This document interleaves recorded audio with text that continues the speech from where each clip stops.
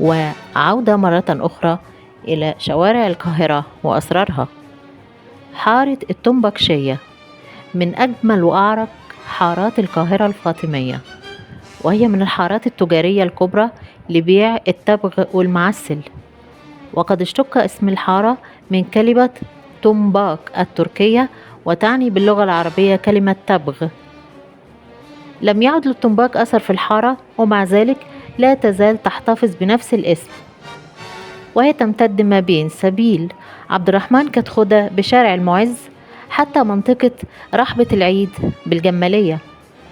وكان التنباك يصنع ويقطع ويعبأ في الحارة، ثم يوزع على جميع أنحاء البلاد، وهي أعشاب طبيعية وليست مخدرة.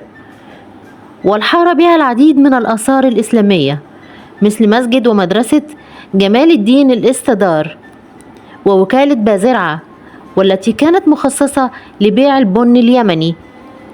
وكان تصميمها كالتالي: الدور الأرضي مخازن لمحصول البن، والطابق العلوي غرف مخصصة لمبيت التجار الذين يفدون على الوكالة.